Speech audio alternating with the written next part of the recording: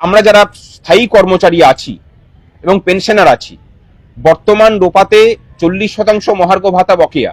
আজকের দিনে দাঁড়িয়ে যখন আমরা কথা বলছি তখন সেই বকেয়ার পরিমাণ আরো বেড়ে গেছে। কেন্দ্র সরকার ইতোমধ্যে নতুন পে কমিশন ঘোষণা করেছে, তার সাথে সাযুজ্য রেখে আসাম সরকার গতকাল নতুন পে কমিশন ঘোষণা করেছে।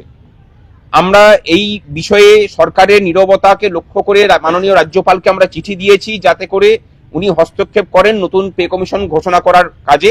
আমরা সেই চিঠির অনিরুদ্ধতা আমাদের কনভেনার তিনি তুলে ধরেছেন। রাজ্যপালের সাথে সাক্ষাৎ চেয়েছি। এই সাক্ষাৎ হওয়ার পরেই আমরা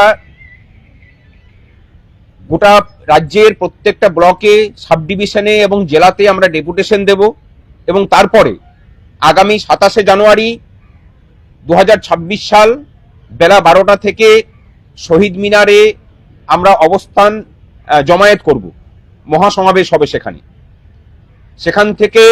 এবং তার আগেই আমরা সরকারকে সময় বেঁধে দিচ্ছি যে আমাদের অনতিবিলম্বে সমস্ত ধরনের বকেয়া পূরণ করুন, শূন্য পদে নিয়োগের ব্যবস্থা করুন এবং যারা চাকরি প্রার্থী দীর্ঘদিন থেকে বসে আছেন তাদের সাথে আলোচনা সাপেক্ষে তাদেরকে নিয়োগের ব্যবস্থা করুন এবং সেগুলো সব বিধানসভা ভোটের আগেই হওয়া চাই।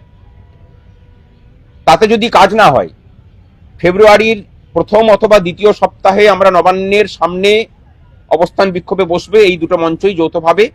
এবং সেখানে যদি কোনো অপ্রীতিকর ঘটনা ঘটে তার দায়িত্ব সম্পূর্ণরূপে রাজ্য সরকারের উপর বর্তাবে। এবং তাতেও যদি কাজ না হয় তাহলে রাজ্য জুড়ে আমরা সমস্ত সরকারি ক্ষেত্রে লাগাতার ধর্মঘটের দিকে যাব।